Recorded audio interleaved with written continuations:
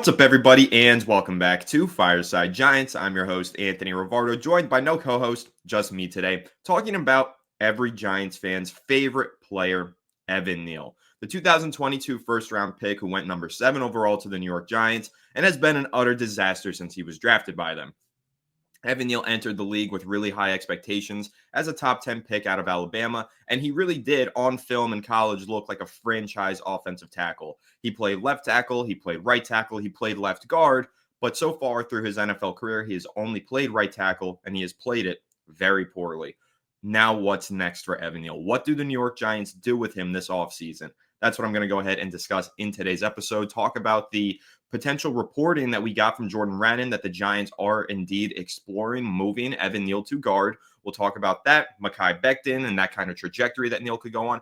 And we'll also talk about the reports that bubbled up all the way back at the trade deadline that there were teams interested and inquiring on Evan Neal. So without further ado, we'll go ahead and get started. And I'll first start this out by reading the report from Jordan Rannon, where he said, quote, "The expectation is that Evan Neal will be moved to guard at some point this offseason," end quote. And this is something that all Giants fans have been begging for, I think, at least for a year now. Last season, it seemed pretty apparent that the Giants weren't going to have Evan Neal in the starting lineup at right tackle after they signed Jermaine Oluminor, and that ended up being the case. He was a healthy scratch through the first half of the season. Obviously, he dealt with that injury, that ankle injury throughout the summer, which really inhibited his ability to get on the field on time and to perform at a high level. But when he was finally put on the field, I will give credit to Evan Neal and say this past season, I think he played the best football of his career. He got inserted back into the lineup in Germany against the Panthers, and that was probably the best game that Neal has played in his entire career. He was kind of dominant in that game as a run blocker, albeit against a very poor Carolina Panthers team and front seven.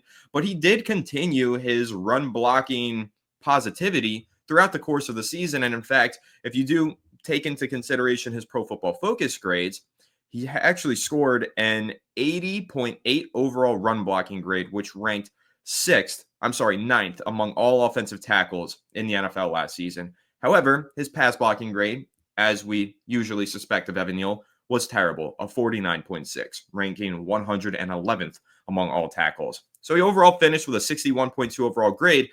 But what you need to know about that 61.2 overall grade is that it's a monumental improvement over his previous career high of 41.8. So he's pretty much increased his level of play by 20 points according to PFF. He actually played more snaps this season than he did in 2023 in total.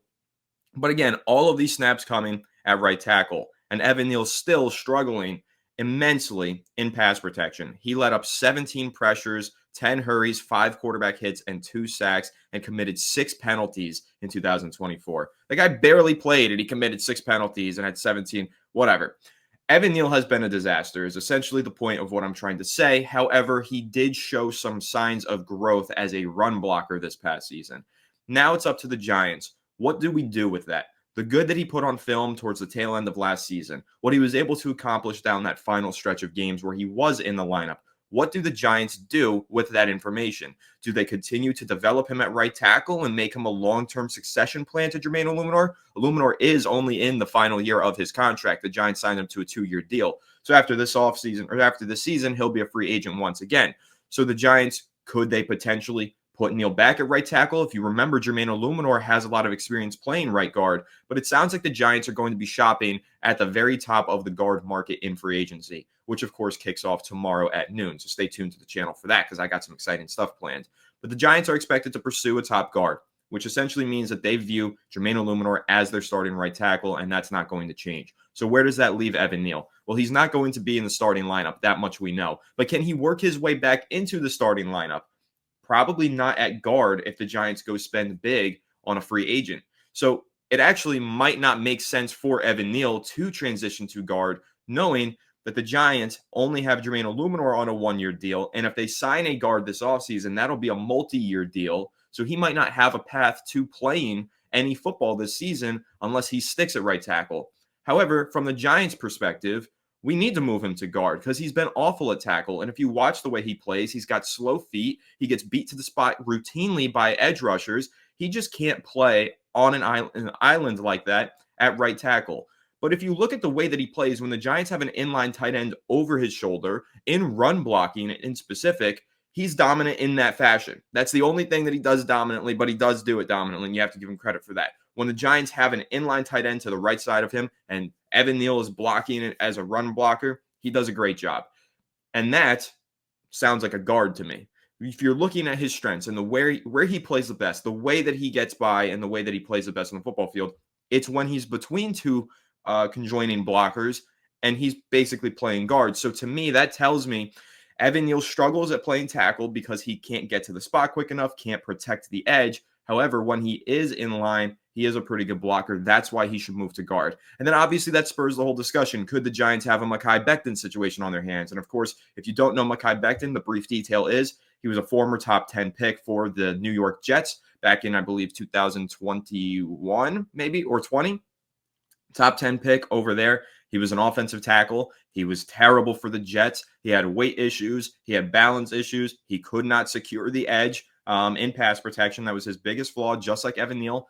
He leaves the Jets last offseason. The Eagles sign him. They have him transition to guard. He was a top 20 probably guard in the NFL last season, a very positive and above average starter who helped spring together some huge runs for Saquon Barkley, especially in the playoffs, and obviously helped them win a Super Bowl. Could Evan Neal follow the Mekhi Becton trajectory? Now, there's a couple things to note here. First of all, he's oversized for the guard position, as Mekhi Becton was. So that is a barrier to getting him to play on the interior. And you do need a quarterback that's able to navigate the pocket well if you're going to have an oversized guard who's 6'8" like Evan Neal is. So you need a quarterback with some height for sure. And obviously, when you're looking at this draft class and these top two quarterbacks in Cam Ward and Shedeur Sanders, they're both 6'2" or less. So they're not exactly the tall, ideal sized quarterbacks. Not that it matters that much, but it is something worth noting. And then I think also when you're looking at Evan Neal and his ability to move to guard, it's going to require some time and some patience. And I don't know if the Giants have the time and the patience for Evan Neal to make that transition, because they are desperate. They do need to win games immediately. They cannot afford to go through the first 5 weeks of the season with their quarterback being hit a million times. It just can't happen. So again, he's not going to see the field early this year, but if he does see the field, it would likely be because he's a backup and somebody got injured. But again, long term, he's got 1 year left on his contract after this season. I don't see a path for Evan Neal to actually have that Mekhi Becton trajectory with the New York Giants. Like Becton, who left the Jets, then went to a new team and had that transition to guard. I think that's more realistically what we see from Evan Neal, just because I don't see a path for him getting on the football field with Big Blue. Again, they're going to sign a guard. They've got Jermaine Illuminor. How do they fit Evan Neal into this equation? John Runyon Jr., who they signed last year, they're not going to move any of these guys to center. John Michael Schmitz is going to take that. So I just don't see how, unless there's an injury, Evan Neal gets on the field. But again, that's going to transition me to my second half of this. If that's the case, they should just trade him, in my opinion. That's been my bold prediction. I'm going to stick with it. I think Evan Neal gets traded this offseason. I just don't see where he fits in. Yeah, maybe as a backup. However, there's more value that you can sign in a backup with legitimate experience playing at a high level than the value of Evan Neal, who's still this developmental project that you blew a top 10 pick on 3 years ago, in my opinion. So again, keep in mind, at the trade deadline, multiple teams inquired to ask the Giants about their willingness to trade Evan Neal. The Giants instead just said, no, we're not going to trade him. We don't have any interest. Granted, this was before Evan Neal started playing well, right? The trade deadline is between weeks 9 and 10. In week 10 versus the Panthers is when he had that breakout performance. And I won't call it a breakout performance because he still hasn't broken out, but his good performance, right? So down the final stretch of the season, I think that Evan Neal actually played his best ball and therefore boosted his trade value. So if the Giants weren't interested in trading him at the deadline, maybe they didn't get any good offers, maybe conditional 6th or 7th round picks. But after he played decently down the stretch of the season, perhaps there is a team out there that throws a 5th round pick for Evan Neal, which at this point, you probably need to take that if you're the Giants, because look at their recent 5th round picks. Micah McFadden is a legitimate starter on this team who probably gets a second contract. Tyrone Tracy Jr. is a legitimate player who's going to start for them this season. If you're able to get something around the 5th round pick for Evan Neal, as from the Giants' perspective, you probably do need to take that offer because you don't realistically have a chance of getting this guy on the field to be a 17-game starter for you. So you'd rather take a 5th-round pick, get a player on a rookie contract with 4 years on that deal, and hope that he turns into a legitimate starter for you. Again, I think that you probably have a better chance of landing a starter in the 5th round than you do Evan Neal transitioning to guard and becoming a long-term starter because the Giants are about to spend money at guard. That much is a foregone conclusion. So where are you going to play him? Right tackle? Well, that's the whole conundrum all over again. He sucks at right tackle. He can't play tackle. You got to move him to guard. But unfortunately, I don't see the path for him to get any playing time at guard, and that's why I think the Giants should really just trade Evan Neal. And I know that's probably an unpopular opinion. A lot of Giants fans feel as though giving up on him too soon would be a problem. We don't want him to go have the Mekhi Becton experience elsewhere, right? Leave and then become great. We'd rather him become great here. And absolutely, guys, I totally understand that. But that's why the Giants should have moved him to guard last year. They shouldn't have waited and sat on their hands and, just allowed this to fizzle out the way that it did. He should have been a guard in 2024. Now we're in 2025, and he's just now transitioning to guard. To me, it's too little too late. So sure, maybe we get to the summer and we get to training camp and he's playing guard and maybe he's playing it at a decent level. But if the Giants just dropped $15 million a year or $10 million a year, whatever, on a starting guard in free agency, Evan Neal's not going to be able to take him out of the starting lineup and get his playing time. So again, I just feel as though trading Evan Neal, if there is still a market for him, makes the most sense. It's surprising to me that there were multiple teams who inquired that he did have a market at the deadline. But since he did, I feel as though the Giants should take advantage of that market and try to trade him this offseason. But let me know what you guys think. I know a lot of you are probably going to disagree with me. Again, a lot of Giants fans are going to look at what happened to the Jets. Jets fans are annoyed that Mekhi Becton went off and became a great player elsewhere.